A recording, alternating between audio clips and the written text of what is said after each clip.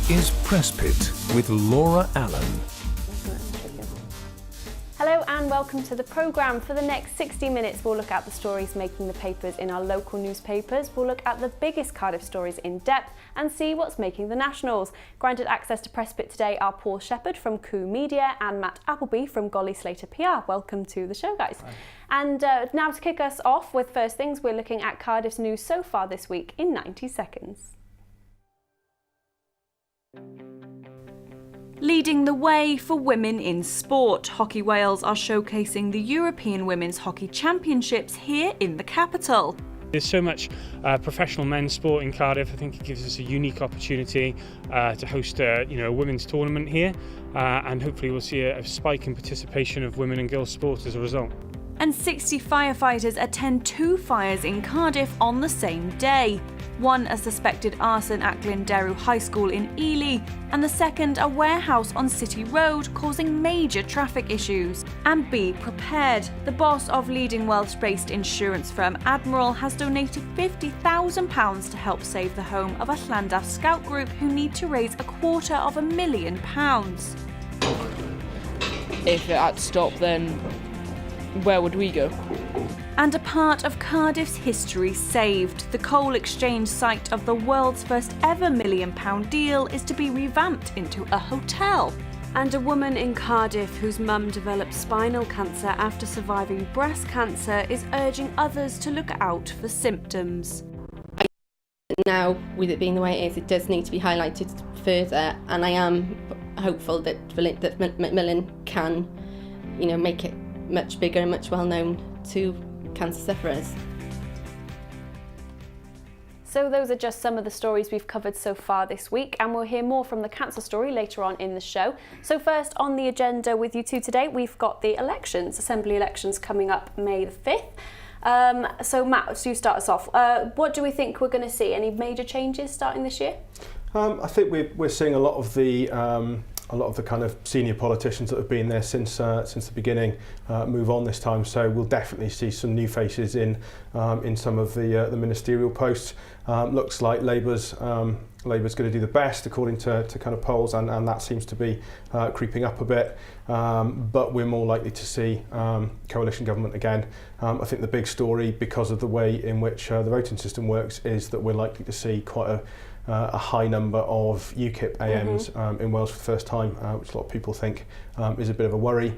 And for me, I think it's really important that that we kind of do a bit of education about that system, so that people realise that where they might have done a protest vote in a national election for a smaller party or a second party, that this time it will count, and it will deliver UKIP AMs in Wales by the look of it. And so obviously this is very, very different to the general elections as well.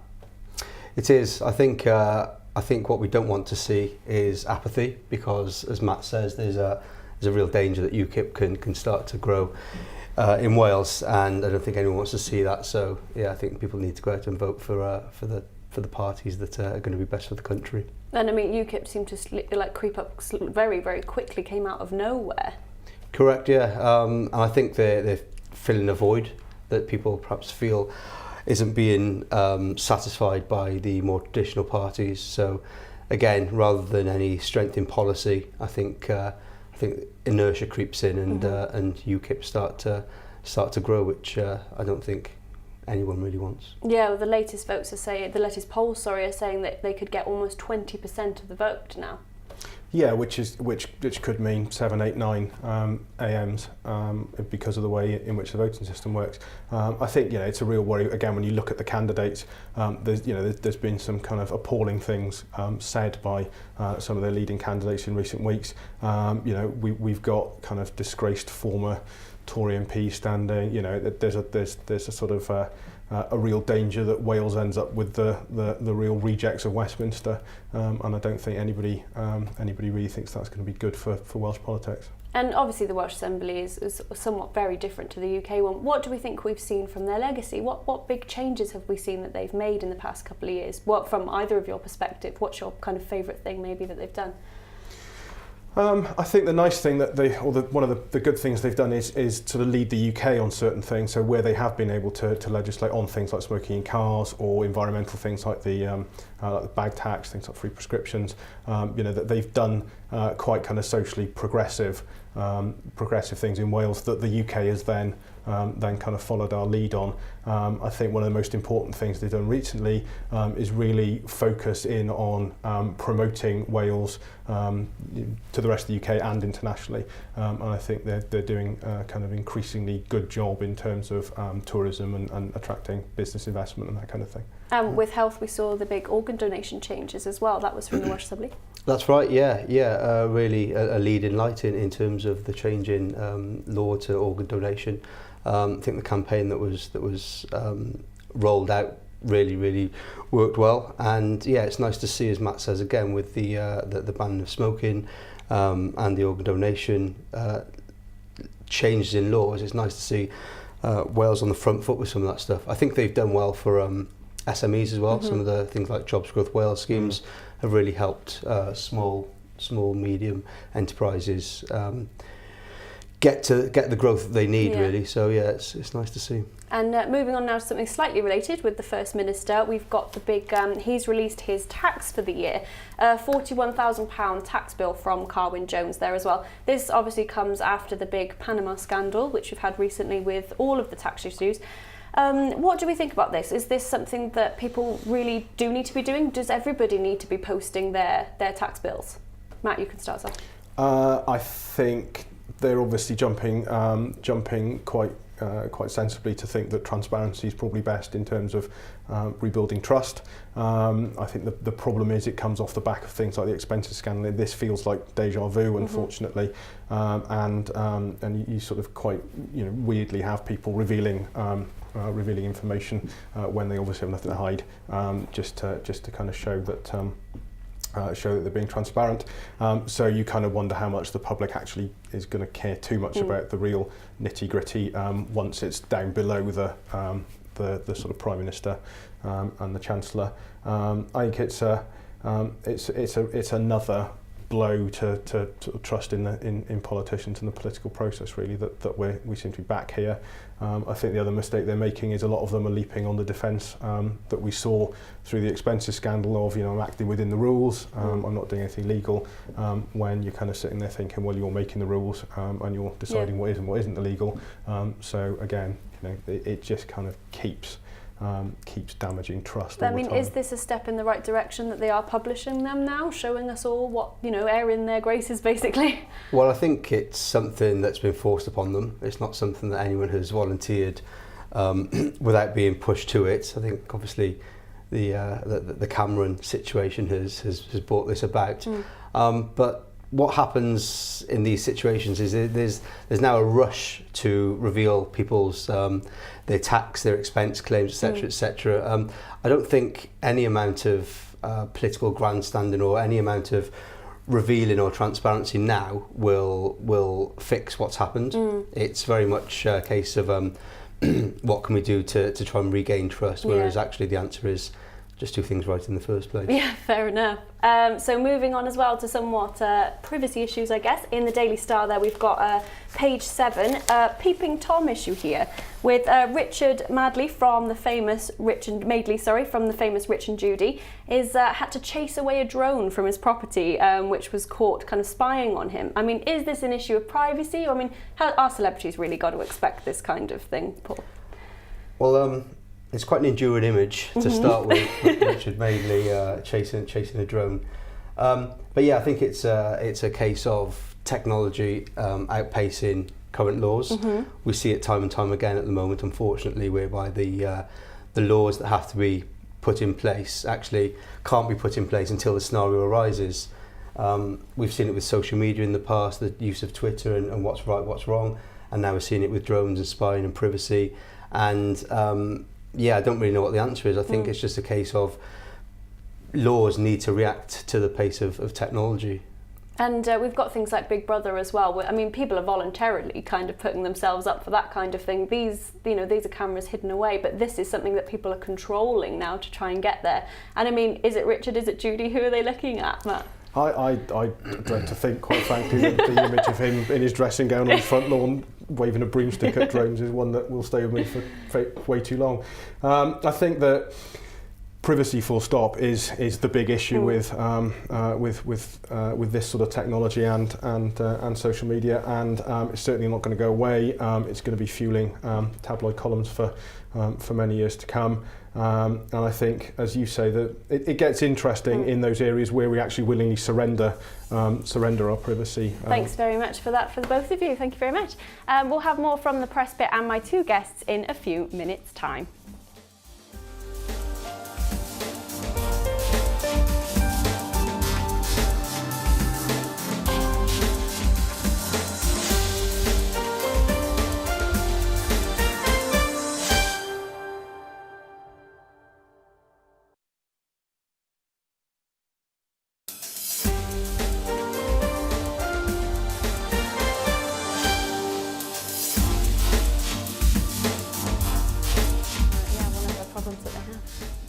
Hi, welcome back to the press pit. With me tonight are Paul Shepherd from Coup Media and Matt Appleby from Golly Slater. Now, a big event was staged at several locations across Cardiff today. You may have spotted several emergency response vehicles in the Bay and Vale of Glamorgan. It's part of a flood safety exercise involving all safety agencies across Cardiff to practice their flood response techniques.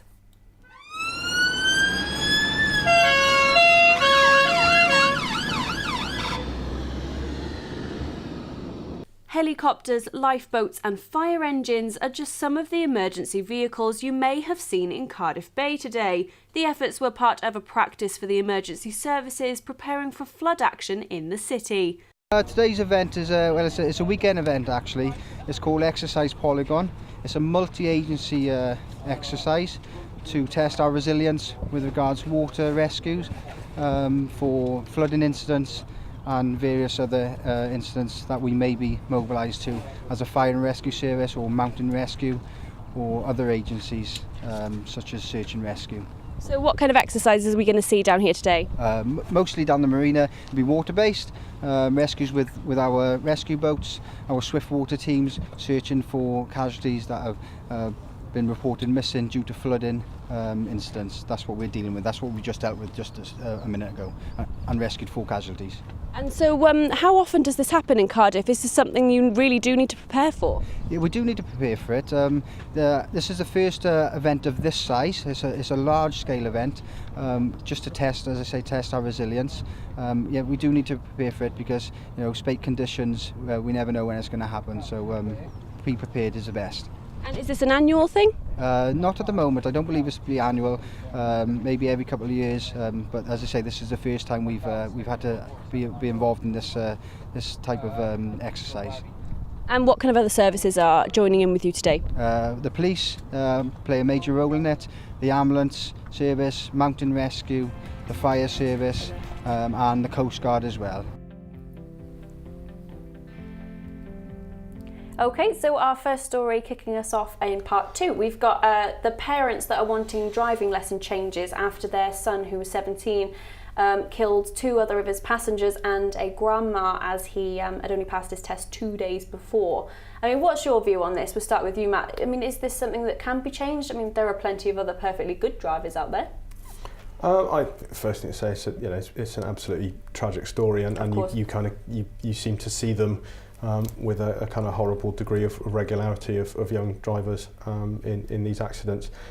It is a really scary thing, I think, when you pass your test and you haven't had any experience at driving on motorways or driving at night. They're also talking about kind of limiting the number of passengers and doing additional training on kind of speed management and that kind of thing. So it strikes me that all of those are sensible things, and as long ago as it was that I passed my test, I remember distinctly that kind of first moment where you kind of get up on the M4 and think, oh my God, I've never done this before, and I still think it's a bit crazy that you can take a car on the motorway having passed your test without having had a single lesson at that kind of driving, because it's very different. Well, yeah, like you said, I mean, you don't get to go on the motorway during your tests and things. Maybe that is one of the big changes they need to make.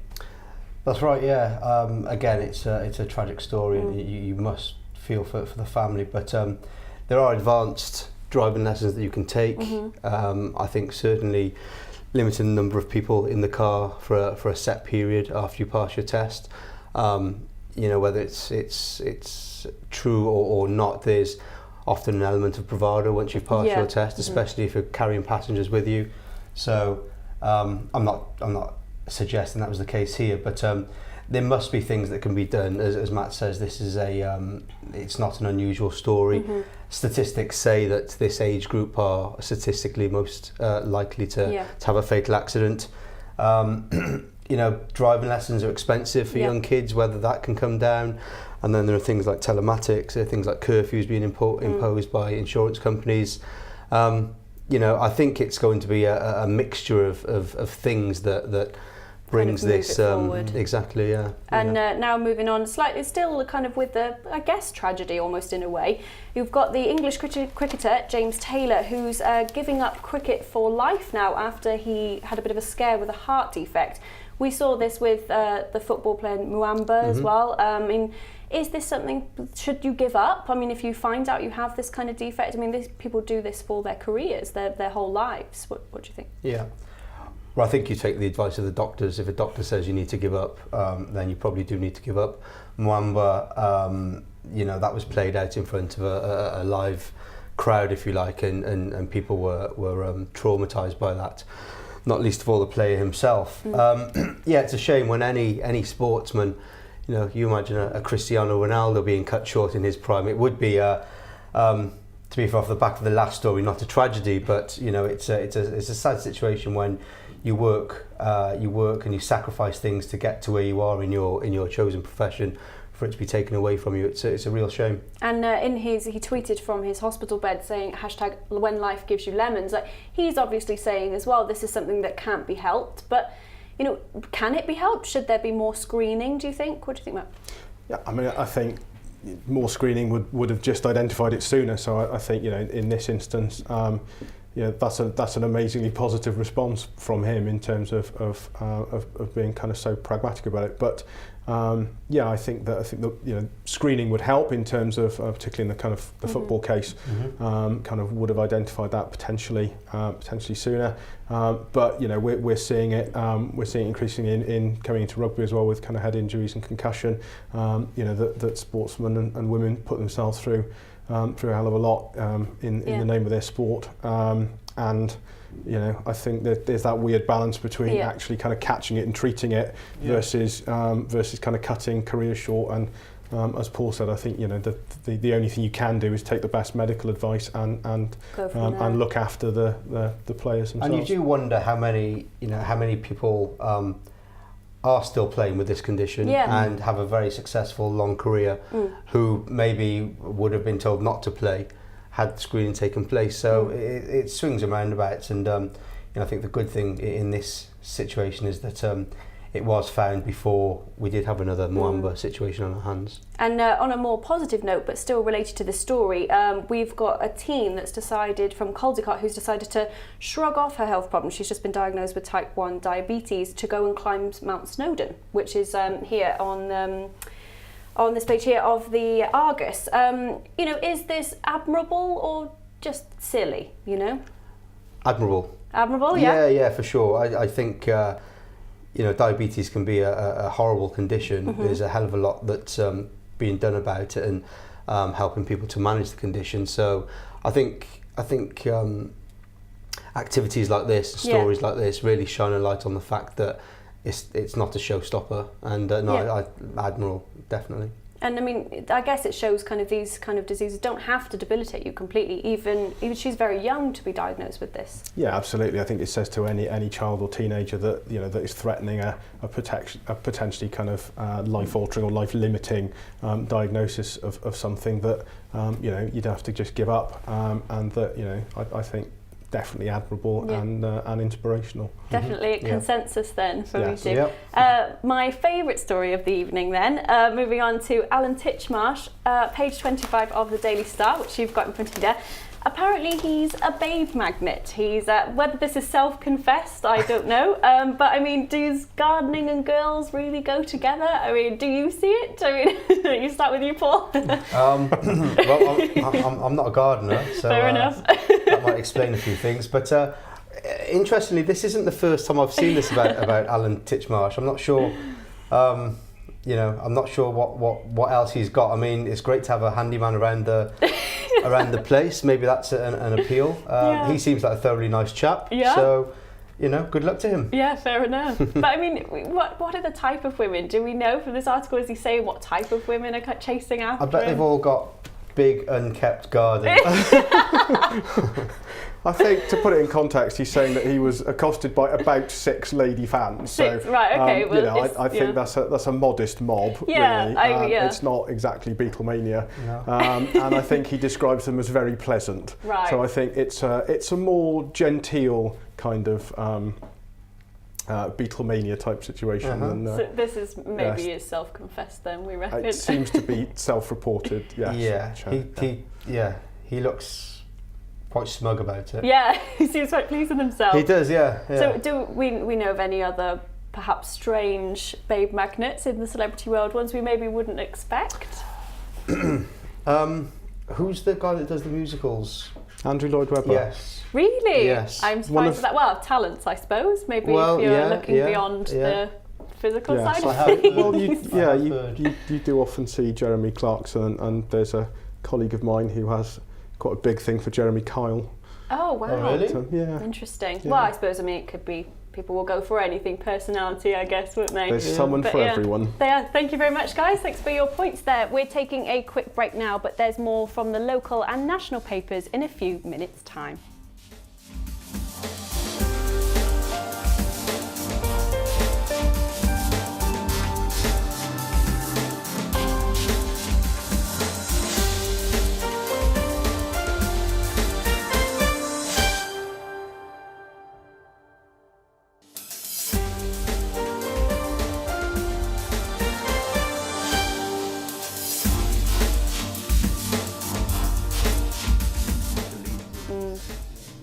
Hi and welcome back to Pressbit. With me tonight are Paul Shepherd from Coup Media and Matt Appleby from Golly Slater. Welcome back to the show, guys. Each week we take a look at what's been making the news here in Cardiff, so time now to look at the front pages of our local newspapers today. Starting with the South Wales Echo, we've got the Russell Peachy murder case. This is a case where a man was murdered in Grangetown after a row with a man who actually pleaded manslaughter in the case, but he has since been sentenced to life in prison. The South Wales Argus has gone with the Royals and David Cameron paying tribute to the Tunisian terror attack. This was obviously after 30 Britons died last year on the beach in Tunisia. The Western Mail has gone with the controversial EU topic with suggestions from the International Monetary Fund that say the UK would lose out hugely from an EU exit. And they've also got a bit on the side there about Princess Kate and William's trip to India to discuss the steel industry, which has been a hot topic in Wales in the past few weeks, and we covered this obviously earlier in the show.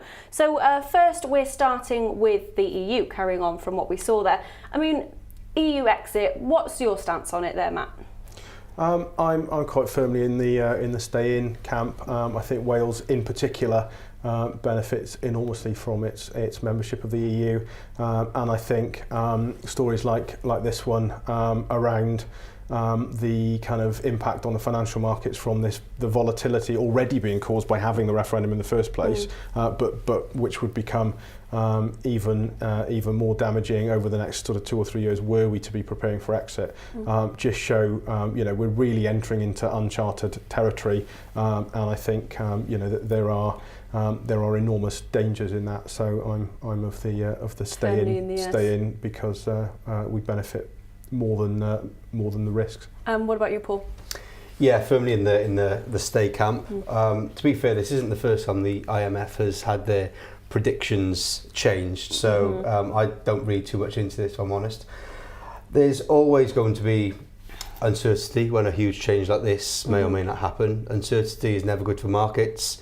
When markets start to get jittery, then the economy kind of very closely follows. I think we should stay. I think, as Matt said again, we get more from it than the constraints that are put on us.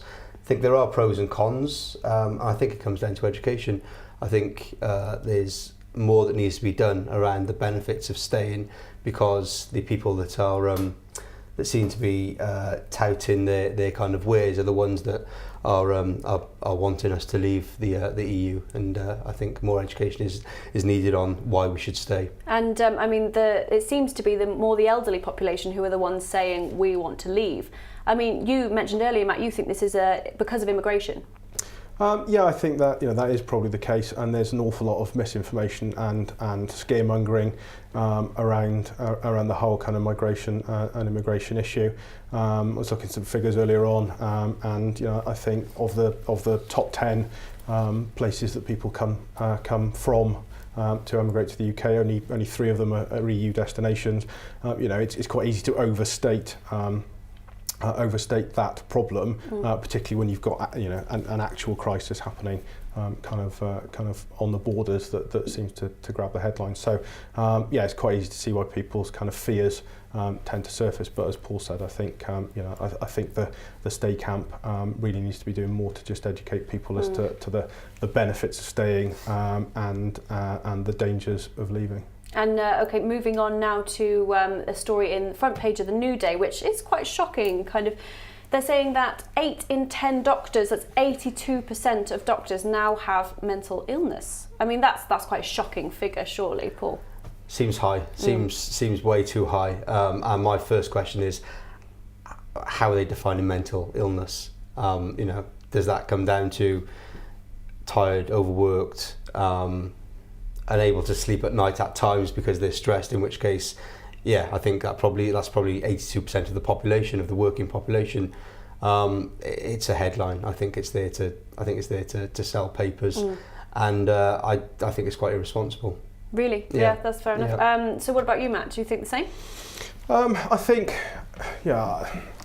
for me, one of the most worrying things actually when you kind of get into the story is they're saying, I think it was something like 40% of those people experiencing those symptoms, even though they're doctors, aren't going to seek help.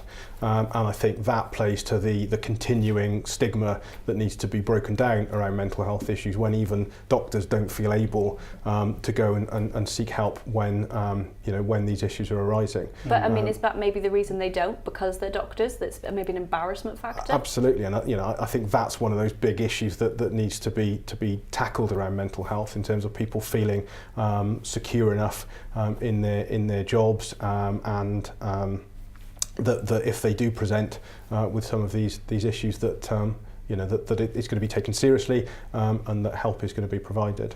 And obviously the Welsh and English NHSs are quite different. They're run very differently. Is this something you think would be differentiate? Would people be more stressed in one place than another, Paul? I don't know. I'm not. I've never worked in that profession. Yeah. I think that there are 2 ways of looking at this. One is that this again shines a light on mental illness, which is a very, very positive thing. But again, for me, the other part is when we're talking about 8 out of 10. I think that probably diminishes the argument for people who genuinely do have mental health issues. I just think it's a dangerous statistic. I think 82% is too strong. And obviously doctors are making mistakes as well. Like, we've had some things in the news recently about it with people making mistakes. They're saying they're overworked, they're tired, they don't have the resources and things to do this kind of thing. But I mean, this comes with the kind of job, surely. I mean, people must be prepared for this when they go into the career. Yeah, and I think that's very different from suffering from mental health. As I said at the start, there's a difference between feeling overworked and somewhat stressed out. I just don't know that it's right to slot that into the category of suffering from a mental illness. I think that's dangerous ground. And so on a slightly lighter topic then now, we're moving on to the fishing women, which is page 11 of the Western Mail, which I think you've got in front of you there, haven't you? So it's page 11 there. So this is basically the, second year, but kind of first ever go at the ladies fishing team. And there's also an English one as well, so Wales and England competing against each other. What do we think about this? Matt? I think a big crunch fixture, obviously, Wales versus England. I think, as you say, it's only the second time it's run. Seems like endurance fishing to me, just reading the details of it. It's specifically carp fishing, and you've got to try and catch as many as you can over a 45-hour period. So, it seems it seems like an incredibly tough sport to be taking on. Yeah, good luck to them, and let's hope for a Wales win over England. So yeah, a worthy sport for them to get involved in, we reckon. Absolutely, why not? Why not? You know, we've had the Six Nations, we've got the Euros, but for me this is the big one. Yeah, definitely. 45 hours of fishing ahead of them, carp fishing more specifically. Yeah. So and I believe they simply count who caught the most fish. Yeah, fair enough. So fairly straightforward, but no, good luck to them. And keeping with the kind of animal theme, page 24 of the Echo, which I think you've got there for you, haven't you? Yeah. My favourite story, definitely, is Princess Ponies. A groomer in Barry is kind of dyeing ponies' fur, giving them extensions, putting glitter on their hooves. I mean, what do we think of this? I mean, it's apparently for Royal Ascot. There's enough of a call for this. Yeah, well, as long as they're his ponies. I think otherwise it goes down as vandalism. Vandalising other ponies. But yeah, he's kind of the Banksy of the equestrian world by the looks of it. Yeah, no, good luck to him. I think. I mean, ponies are fairly cute anyway, but anything that can make them even cuter. But is this going to make them cuter, do we think? Or more of a monstrous thing? Oh, definitely cuter. Definitely cuter. Definitely you like cuter. glitter hooves? Yeah, of course. What about you, Matt? It's one of those stories that makes me want to emigrate. It just kind of, slightly different opinion there. Then. Things have gone too far. Leave the poor ponies alone, and put the glitter away. I mean, we see stories like this with little chihuahuas having outfits and things like this. I mean, is there a more serious note to this? Like, is it maybe animal cruelty, or is this just having a bit of fun?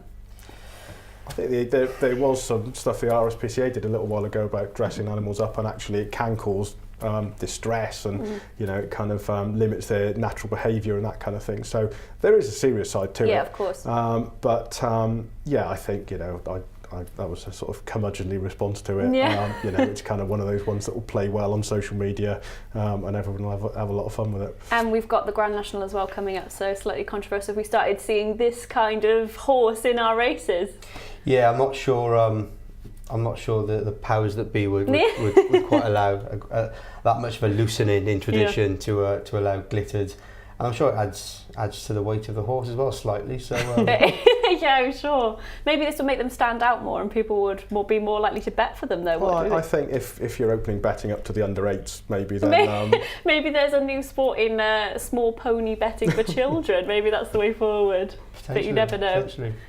Oh, thanks very much, guys. Thanks for your points there. We're taking a quick break now, but when we come back, we'll be taking a look at what's making the news in the national papers. See you shortly.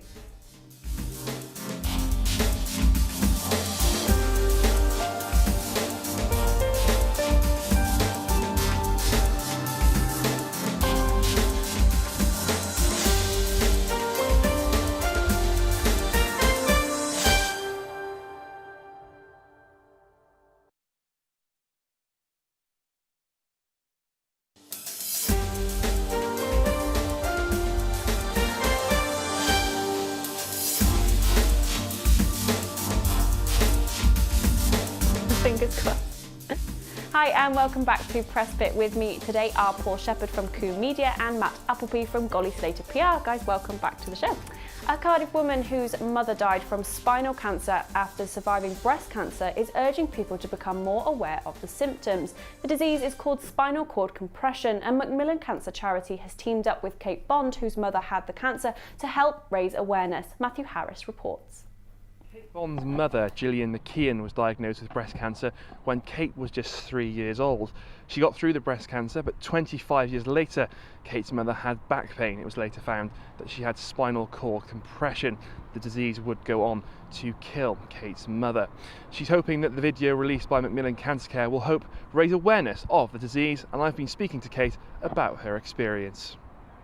Well, it all dated back to 2011 when my mum was diagnosed with the spinal cord compression. She was taken into Velindre with what they thought were side effects of some of the treatment she was having, but it actually turned out that it wasn't. She couldn't move her legs at one point in the morning, was rushed to hospital where they gave an emergency MRI, which they then diagnosed to be a spinal cord compression. From then on, she was then rushed in for emergency surgery, but unfortunately it got too far and the paralysis had hit her straight away. It was 15 years from the breast cancer to the spinal cord compression. Just, you must have thought you were away and she got through the breast cancer and everything was going to be okay. Yeah, it was actually 25 years. It was 25 years. She was diagnosed originally when my sister was 6 months old. We worked 25 years, and then it actually came back then that it actually worked its way through even further. And so that was when it actually came to light again. And it's not a well-known disease. Are you hoping with the video that people become more aware of it as a disease? Definitely. We had no idea about it at the time because it was so rare. I do believe that now, with it being the way it is, it does need to be highlighted further, and I am hopeful that Macmillan can, make it much bigger and much well known. I'll just talk straight to you guys cancer about sufferers. About this degree. About the thing, yeah. Okay, so kicking us off at the start of this part, we've got a story about degrees. Now, this is in the Times, page 4, you've got it in front of you there. Harvard and Oxford have done a joint report over several years, and they found that they're saying that degrees are actually being more of a bigger burden on society now than a benefit. I mean, you guys, you've mentioned that you both had to have degrees. What's your stance on this? I mean, do they still have a place? Matt? Yeah, I think absolutely. Once you kind of look into it in a bit more detail, what they seem to be saying is it matters much more where that degree is from and in what subject it is. So, and there seems to be a sweet spot in terms of the combination of those two things. As you said, we'd both been through it, and I think both of us find ourselves on the bottom 5 list of subjects that we did. But be wary of statistics like this, I think. For me, I think it's more about what we want from degrees, and there's been this massive push for many more people to do degrees and for degrees to become much more vocational. I think there's still a place absolutely for taking an academic path and for kind of academic study in its own right, and I think you've got to kind of counterbalance that by doing much more to provide genuinely worthwhile vocational options and then work so you've got this kind of parity of esteem between the academic route and the vocational route. And I mean, is this something we've got to consider? Are we just being trained up for jobs, or can you go to uni to just enjoy the subject you're studying? Or I mean, is that even more of a waste of time? I think there's two arguments, but looking at the article itself, some of the degrees that people have studied do suggest that they're not going to go on to earn hundreds of thousands of pounds a year. So musicians, artists, and without generalising too much, the people that often study these degrees, money isn't the primary driver for them. So I think, as with any poll, whether it's Harvard or Oxford doing it, it's skewed. You kind of read it as you will. I think, as Matt says, though, there are definitely options for people to go into more vocational, something that perhaps trains them up for the real world. I think there is a danger that people can go to university, as you say, enjoy the subject, but then be kicked out the other end with no clear direction of what they still want to do. The really interesting point here, though, is that I think veterinary school was this one is of the thing that shocked me the most. Yeah. You would assume they'd go straight into jobs. You would have Correct. thought. They're training for something very specific. Yeah. So you would suggest, or you'd think that suggests that they go into a very specific line of work, and And it's a lot of seems not to be the training, I case. think, that goes into being a vet. I mean, it's not like a doctor or a patient can tell you what's wrong with them. With a dog, they can't. I mean, there's a lot of training that goes into that for it not to be used. Yeah, I think that's true, and I think it's a case of probably more veterinary students than there are vets, and that's probably the issue. I mean, for me, again, people talk about the economic benefit of our universities and leap straight to saying, well, it's all about kind of skills and making students ready for the world of work, which to a degree it is. But it's also about world-class research and having those institutions that can support an economy, that are kind of well-funded and well-supported. So it's not just about saying, show us your employability stats at the end of 3 or 4 years. Yeah, I think there is a question around the role of universities. Again, especially in today's world, where there's more collaboration, there's more research available, there's more technology available. So I think it's a really good point that the role of the university is probably looking to need to change. Yeah. And so moving on now to the Tunisian terror tribute, which is on the front page of the South Wales Argus here, and it's in several of the papers we've got here today actually. So this was about the attack which happened on the beach last year, and there was actually the woman here, she was a victim from Gwent, they've got here, from up in the valleys. So, I mean, this has affected a lot of people. I mean, 30 Britons were killed in this, and they're paying a tribute. It's the Royals and the Prime Minister. Is this something they should be getting involved in a year later, do we think? Well, I'm sure the families draw great comfort that it's risen that high on the agenda. I think it's the worst UK atrocities since the 7/11 attacks. And, you know, it's a year later. However, I think, again, the fact that Prince Harry, the Prime Minister, have attended this service, I think would be great comfort to the families. For me, it's the little stories around this bigger situation that really hit home. I think there was a couple, the Maguires, who had just retired and had gone to Tunisia to celebrate their retirement. Yeah. And you know they were caught up in it and they were both killed, and it's those little stories that really bring it home, and it's just horrible, and it's you know, I think people of this level of the Prince, the Prime Minister, go into services like this, I think is a good thing. It's only a good thing, yeah, it's positive. So another slightly positive note here as well. We've got page 7 of the Daily Express, which you've got in front of you there. Yeah. This was the girl from the Alton Towers crush. She was crushed in the Alton Towers accident that happened, and so she's basically seems fine. I mean, that's obviously a surface point, but she seems perfectly fine. She's just gotten a new bionic leg, which has cost £70,000 or something, but she's getting on with her life. Like she's saying, she's dating new people, things like that. I mean, which is amazing for somebody of her age. I mean, if I found out I lost my leg, I'm sure I'd be devastated. I'm not sure I'd cope as well as someone her age. What do you think? Yeah, it's an amazing story. She's clearly an amazing young lady. The one point on this is the advancements in prosthetics. Yeah. You see them now, and we were actually quite close to a guy that was involved in some of the research around prosthetics. Yeah. And actually, there's a trend towards not trying to make them necessarily look like legs, flesh-colored legs anymore. Go with it, actually accepting what they are. You can see here they've matched their shoes up, and there are examples on the internet of people who've had chrome versions and versions that match their motorbikes, and so I think she's done fantastically well, and I think the advancements in prosthetics as well can only be a good thing, because you know, this as rare as this situation was, you know, amputees are not as rare as we'd like them to be, and you know, I think the prosthetic advancements are fantastic nowadays. Yeah, and like you said, maybe the way forward is to not make them look so realistic. People know what they are, they accept it. I think people are less squeamish now than they were. Yeah, I think. I don't know whether it was, but it seemed to me to the sort of turning point of the sort of 2012 Paralympic Games in terms of the profile it had and the kind of coverage on mainstream TV. Certainly did a lot to just make people more aware, I think, of particularly the sort of advancements in prosthetics, and you know, did a lot to just kind of make it more mainstream and you know, show people it was normal and acceptable. Great, thank you very much, guys. Thanks for joining me on the show there.